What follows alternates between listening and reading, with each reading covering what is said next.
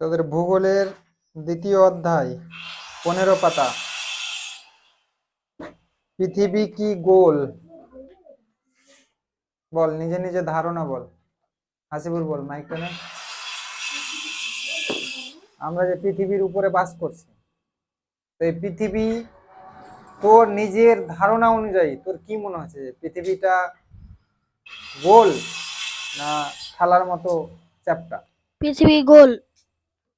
শুনে না বা পড়ে না, তো নিজের ধারণা, তুই যে নিজে দেখে চোখে দেখে কি অনুভব করতে পারছিস সেটা বল। পৃথিবীটা থালার মতন দেখতে এরকম। তোর অনুভব হচ্ছে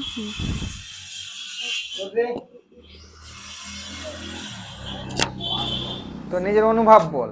ধরে নে তুই মানে কারো কাছ থেকে পৃথিবীর ব্যাপারে কিছু শুনি আর পড়িসনি, তাহলে তোর তখন মানে যখন পড়িসনি বা শুনিসনি, তখন এই পৃথিবীর সম্বন্ধে তোর কি ধারণা ছিল যে আমরা যে মাটির উপরে বাস করছি, এই মাটিটা কি আদৌ গোল নাকি এটা যেরকম চাপটা মনে হচ্ছে এরকম চাপটা মনে হচ্ছে? তোদের বাটির মতো মনে হচ্ছে। বাটির মতো মনে হচ্ছে? বাটি উল্টো দিকটা নাকি? মানে উল্টো দিকটা যেটা একদম নিচে থাকছে ওটাতে আমরা বাস করছি, আর আমরা যদি হাঁটতে হাঁটতে যাই তাহলে একটা জায়গা আসবে যেখানে এভাবে গোল হচ্ছে। স্যার আমার ওটা, স্যার ওটা মানে ধরে নেন যে একটা বাটিকে উল্টে রেখে দিলাম, আর একদম উল্টো দিকে যে যেটা চ্যাপ্টা অংশটা ওটা একটা পিঁপড়া রেখে দিলাম। পিঁপড়াটা হাঁটতে হাঁটতে যখন চ্যাপ্টা অংশটা শেষ করে যখন ধারে চলে গেল, তখন কি ওটা আস্তে আস্তে নিচের দিকে গোল হতে লাগলো। তার মানে ও নিচের দিকে যেতে লাগবে। আমাদেরও কি ওইরকমই মনে হচ্ছে পৃথিবীটা, যে আমরা যেটুকু অংশে মানুষরা বাস করছি সেটা হলো সোজা চ্যাপ্টা, আর হাঁটতে হাঁটতে শেষ প্রান্ত অব্দি যদি যাই তাহলে আমরা এইভাবে গর্ত দেখতে পাবো নাকি? হ্যাঁ, লাফালে নিচে পড়ে যাব নাকি? শেষ প্রান্তে গিয়ে যদি লাফ দেওয়া যায় তাহলে পৃথিবী থেকে আমরা নিচে পড়ে যাবো, এরকম মনে হচ্ছে। তাহলে আদৌ কি সেটাই? সেটা না। এই পৃথিবীর সম্বন্ধে ধারণা নিয়ে বহু বছর আগে মানুষ নিজের মত অনুযায়ী বিভিন্ন ধারণা দিয়েছে। প্রথমে মানুষ মনে করতো যে এটা চ্যাপ্টা, থালার মতো চ্যাপ্টা। অনেকে এটা মানে ধারণা করতো যে যেটা তোরা বলছিস, যে উপরি অংশটা চ্যাপ্টা, এবার শেষ প্রান্ত যেতে গেলে কি নিচের দিকে ঢালু হয়ে যাচ্ছে এবং লাফ দিলে হয়তো পড়ে যাবো এরকম। কিন্তু বিভিন্ন পরীক্ষা নিরীক্ষার পরে শেষ পর্যন্ত এটাই সিদ্ধান্ত এসছে যে পৃথিবী চ্যাপ্টা না, পৃথিবী হলো গোল, অনেকটা কমলা লেবুর মতো বা ডিমের মতো, বা ফুটবল, পুরোপুরি ফুটবলের মতো না কিন্তু অনেকটা ফুটবলের মতো, বুঝলি? আর পৃথিবীর যে শেষ প্রান্ত বলে কিছু আছে নেই। পৃথিবীর একটা জায়গা থেকে হাঁটতে শুরু করবি, হাঁটতে হাঁটতে সোজা পথে যদি হেঁটে যাস, ঠিক আছে, যেতে যেতে সোজা পথ মানে দেখ এখানে বাড়ি পেলি তো পাশ দিয়ে তোর গেট, আবার তুই সোজাই যাচ্ছিস, সোজা মানে সোজাই যাচ্ছিস। এইভাবে চলতে থাকলে যদি মানে জলে হাঁটার তোর ক্ষমতা থাকে তাহলে তুই যেখান থেকে হাঁটা শুরু করেছিস সেখানে এসে পৌঁছাবি। ঠিক সেই জায়গাটাই না, আর এখান থেকে শুরু করলি তো আমাদের পয়নপুর এলাকার মধ্যে এগুলোতে এসে, আর একদম পুরোপুরি যদি সোজা হাঁটতে পারিস তাহলে এখানেই এসে পৌঁছাবি। একটা ফুটবল নিবি, ঠিক আছে, ফুটবলে স্কেল বসিয়ে মানে ওই যে স্কেলগুলো লোভে যায় ওই স্কেলগুলো বসিয়ে দাগ টানতে শুরু করবি, আবার দাগ টানতে শুরু করবি, সোজাসুজি ভাবে দাগ টানতে টানতে আসবি, দেখবি যেখান থেকে দাগ টানা শুরু করেছিলিস ঘুরে আবার সেখানে চলে আসছে, বুঝলি? এরকম ভাবে পৃথিবীর উপরে যদি সোজাসুজি কেউ হাঁটতে পারে তাহলে যেখান থেকে হাঁটা শুরু করেছে ঠিক সেই জায়গাটা এসেও পৌঁছাবে। মানে পৃথিবী থেকে যে কেউ পড়ে যাবে, কেউ পড়বে না, কারণ পৃথিবী তার মহাকর্ষ শক্তি অধিকর্ষ শক্তির ফলে সব জিনিসকে নিজের কেন্দ্রের দিকে টেনে রয়েছে। অভিকর্ষ শক্তির ফলে পৃথিবীতে দুই রকমের শক্তি কাজ করছে, একটা মহাকর্ষ আর একটা অভিকর্ষ, বুঝলি? এই ব্যাপারে পরের চ্যাপ্টারে গিয়ে জানতে পারবি, তোদের 7-6 হয়তো আছে, না হলে 7 বা 8। ভূগোলে তোরা মহাবিশ্বের সম্বন্ধে, পৃথিবীর সম্বন্ধে, নদ নদী, ভূপ্রকৃতি, জলবায়ু, আবহাওয়া, মহাকাশ, এইসব সম্বন্ধে তোরা ভূগোল থেকে জানতে পারবি, বুঝলি কিনা। তো ভূগোলটাকে এই জানার আগ্রহ নিয়ে পড়তে হবে, শুধু নাম্বার পাওয়ার জন্য বা পড়া করার জন্য না। ভূগোল পড়ে যে আমরা এত কিছু জানতে পারছি মহাবিশ্বের সম্বন্ধে, পৃথিবীর সম্বন্ধে, বিভিন্ন জিনিসের সম্বন্ধে, এই জানার আগ্রহ নিয়ে ভূগোল পড়তে হবে, বুঝলি। দেখবি যে কোনোদিন যদি সমুদ্রে যাস বা বড় কোনো নদীতে যাস, যে নদীটা অনেক বড়, চওড়ার দিক দিয়ে অনেক বড়, তাহলে নদীর পাড়ে দাঁড়িয়ে দেখবি যে নদী থেকে বা সমুদ্রের প্রান্ত থেকে যখন নৌকা বা জাহাজ ছাড়া হয়, তখন সেটা পাড় থেকে যতটা নদীর ভিতর দিকে যাবে, নৌকাটা যতটা এগিয়ে যাবে, দেখবি যে নৌকাটা আস্তে আস্তে মনে হচ্ছে নিচের দিকে ডুবছে। মানে পাড় থেকে পুরো নৌকাটা দেখতে পাচ্ছিস, যতটা ও আগাবে ওটা মানে ওটা আস্তে আস্তে কম দেখতে পাবি। এখানে একটা তোদের 15 পাতে দেখ একটা ছবি দেওয়া আছে, একজন দূরবীন নিয়ে আছে, বই আনিস নি তোরা? দেখ, এ দূরবীন নিয়ে চেক করছে, যখন জাহাজটা পাড় থেকে ছাড়লো তখন এতটা দেখতে পাচ্ছে, ওটা এগিয়ে যাচ্ছে, প্রথমে দেখ আস্তে আস্তে এতটা দেখতে পাচ্ছে, তারপরে এতটা, তারপরে এতটা, মনে হলো যে যত দূরে যাচ্ছে ও মনে হচ্ছে ও জলের তলে তলিয়ে যাচ্ছে, কিন্তু অ্যাকচুয়ালি ও তলাচ্ছে না, এখানে যেভাবে ভাসছে ঠিক এখানেও সেভাবে ভাসছে, ঠিক এখানেও সেভাবে ভাসছে, ঠিক এখানেও সেভাবেই ভাসছে। তাহলে একটা ধারণা কর যে বাটিতে যদি জল নিস, তাহলে পুরো বাটির জলের উপরিতলটা সমান থাকবে না উপর নিচ থাকবে? সমান থাকবে। উপর নিচ যদি সমান থাকে তাহলে তো নদী সমুদ্রের জল তো উপরিতল কি সমান? তাহলে উপরিতল সমান থাকলেও পাড়ে যতটা ভাসছে উপরে ওই মধ্যে গিয়েও তো অতটাই ভাসছে, ও তো নিচে পানির নিচে ডুবছে না, ডুবছে কি?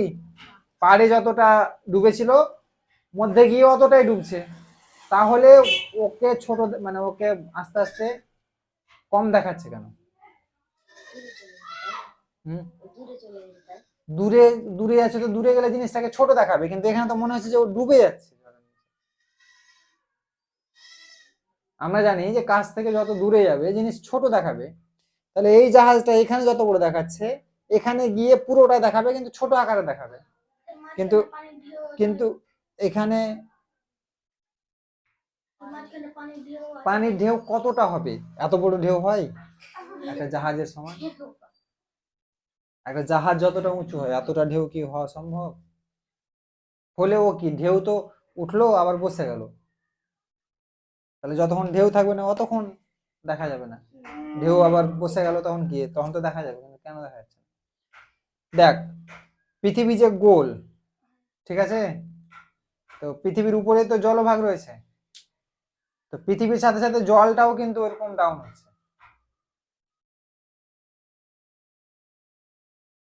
বলেই যত এগোচ্ছে জলটা ওইদিকে মানে ডাউন হচ্ছে। মানে কি, যদি জলটা যদি ফুটবলের মতো থাকে তাহলে কি এখান থেকে এদিকে যাচ্ছে তো ও তো এদিকে আস্তে আস্তে ডুববেই, তো ও জলে ডুবছে না, যতটা ভাসার অতটাই ভাসছে, কিন্তু ওইদিকে জল তলটা একটু কম রয়েছে, গোল টাইপের রয়েছে, তার জন্য ওটাকে আস্তে আস্তে তলিয়ে যেতে দেখা যাচ্ছে। তো এক পর্তুগিজ নাবিক ম্যাগেলান, ঠিক আছে, 1915 সালে একটা পরীক্ষা করেছিল, সে আর তার 5 জন সহকর্মী, 5 জনকে সাথে নিয়ে ও জাহাজে করে খাবার দাবার বেঁধে সমুদ্র পথে পাড়ি দিয়েছিল, বুঝলি। তো সে যে জায়গা থেকে পাড়ি দিয়েছিল অনেকটা সময় পরে সে ঘুরে আবার ওই জায়গাটায় এসে পৌঁছে গেছে। এই থেকে প্রমাণ করেছে যে পৃথিবী চাপটা না, পৃথিবী হলো গোল।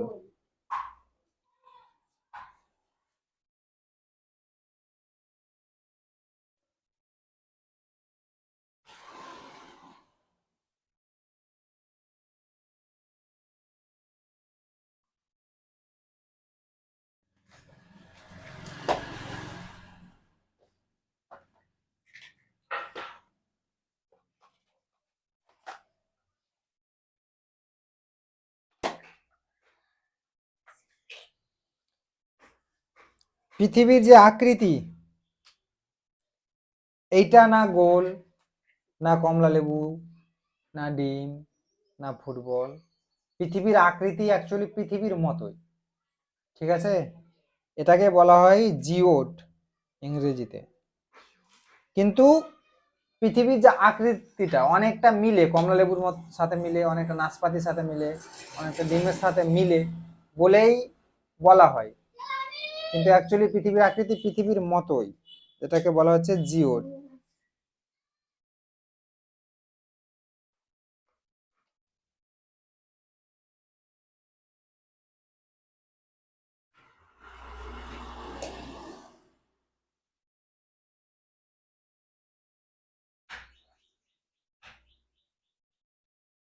তো তোদেরকে এটা পড়ে আসতে বলেছিলাম, আর আমি প্রশ্ন করে উত্তর করে আনতে বলেছিলাম। আমি প্রশ্ন করছি, কিছু বলবি? পৃথিবীর পরিধি কত? হাত তুলবে। পৃথিবীর পরিধি হচ্ছে 40,000 কিমি। পরিধি মানে বুঝলি? একটা বৃত্তের পরিধি কি? বৃত্তটা গোল করে যতটা অংশ নিয়ে যে দাগটা হয়, ওই দাগ, ওই পুরো অংশটা, মানে ওই পুরো অংশটা হলো পরিধি। ওরকম পৃথিবীর যে, পৃথিবী ধর গোল রয়েছে কিনা, এক জায়গা থেকে শুরু করে ঘুরে আবার ওই জায়গাতে আসলো, ওই পুরোটা হলো পৃথিবীর পরিধি। পৃথিবীর মেরু ব্যাস, ব্যাস আর ব্যাসার্ধ, বৃত্ত যে রয়েছে, ঠিক আছে? দেখ, ভেবে নে এটা পৃথিবী, তো এইখান থেকে নিয়ে ঘুরে আবার এইখান পর্যন্ত, এটা হলো আর কি পরিধি। আর ব্যাস,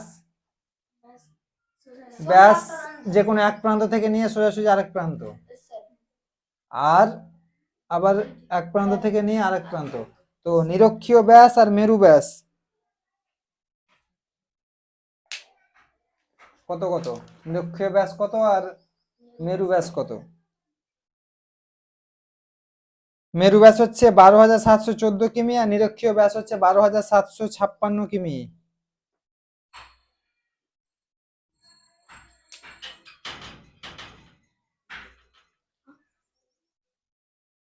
পৃথিবীর নিরক্ষীয় ব্যাস মেরু ব্যাসের তুলনায় 42 কিমি বেশি, তার জন্য পুরোপুরি গোল মনে হচ্ছে না, একটু চ্যাপ্টা টাইপের মনে হচ্ছে,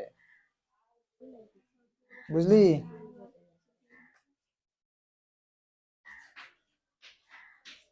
চ্যাপ্টা টাইপের মনে হচ্ছে। কমলা লেবু কি পুরোপুরি গোল? একটু চাপা মনে হচ্ছে কিনা? ওই জন্যই যে যে যদি এইটা আর এটা সমান থাকতো, তাহলে এটা পুরোপুরি গোল হয়ে যেত।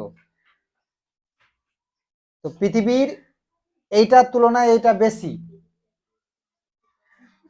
বুঝলি? তার জন্য একটু ডিম আকৃতি, ডিমকে বেড়া করে ধরলে যেরকম মনে হয় কি না, ওরকম। কিন্তু ডিমটা কি লম্বার দিকে একটু বেশি না, আর এই চওড়ার দিকে একটু কম না? ডিমকে যদি বেড়া করে ধরিস, তো যে আকৃতির হবে সেটা, সে আকৃতিরই পৃথিবী অনেক, অনেকটা। কি হয়েছে রে, হাসিস কেন? পৃথিবীর সর্বোচ্চ স্থান, পৃথিবীর সর্বোচ্চ স্থানের নাম কি? সবচেয়ে উঁচু স্থানের নাম কি? আর কতটা উচ্চতায় রয়েছে? এটা প্রশ্নের উত্তর যদি না পারিস তাহলে লজ্জা করতে হবে। Mount Everest 8,846 metre. আর সর্বনিম্ন স্থান সমুদ্র সমতল থেকে 8,800 কি 3,600, মাউন্ট এভারেস্ট 8,800।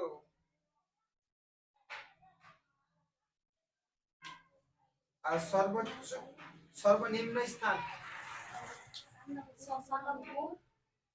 সর্বনিম্ন স্থান নিচের দিকে, মারিয়ানা খাত, সমুদ্র সমতল থেকে 10,915 মিটার নিচু।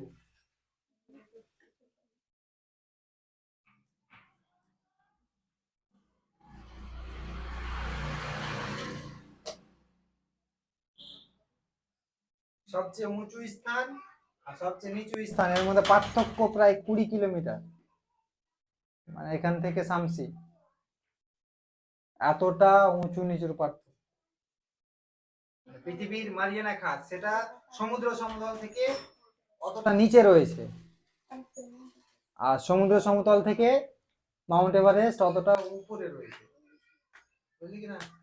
ভেবে এটা সমুদ্র সমতল, মারিয়ানা খাত নিচের দিকে রয়েছে, আর মাউন্ট এভারেস্ট উপরের দিকে রয়েছে। উপর আর নিচ মিলিয়ে পার্থক্য হচ্ছে প্রায় 20 কিলোমিটার।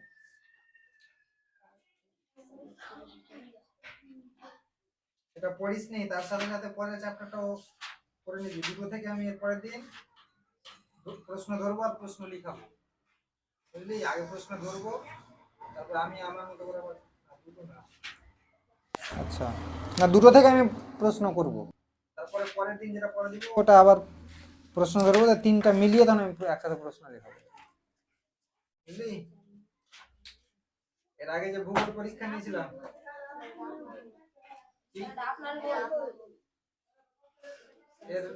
এর আগে যে ভূগোল পরীক্ষা নিয়েছিলাম প্রথম চ্যাপ্টার থেকে, তাতে ফার্স্ট হয়েছে নাজিম, 50-এ 42, সেকেন্ড আবু সুফিয়ান 50-এ 36, আর থার্ড হচ্ছে নুসরাত 50-এ 21। ভালো রেজাল্ট হয়নি, কারোই হয়নি, ফার্স্টেরও হয়নি, সেকেন্ডেরও হয়নি, থার্ডেরও হয়নি, আর তোদের তো হয়নি। তোদের নাম্বারও বলতে আমার লজ্জা লাগে। আর দিয়ে দে, দিয়ে দে, আয় নাজিম আয়, তোর পুরস্কার নিয়ে যা।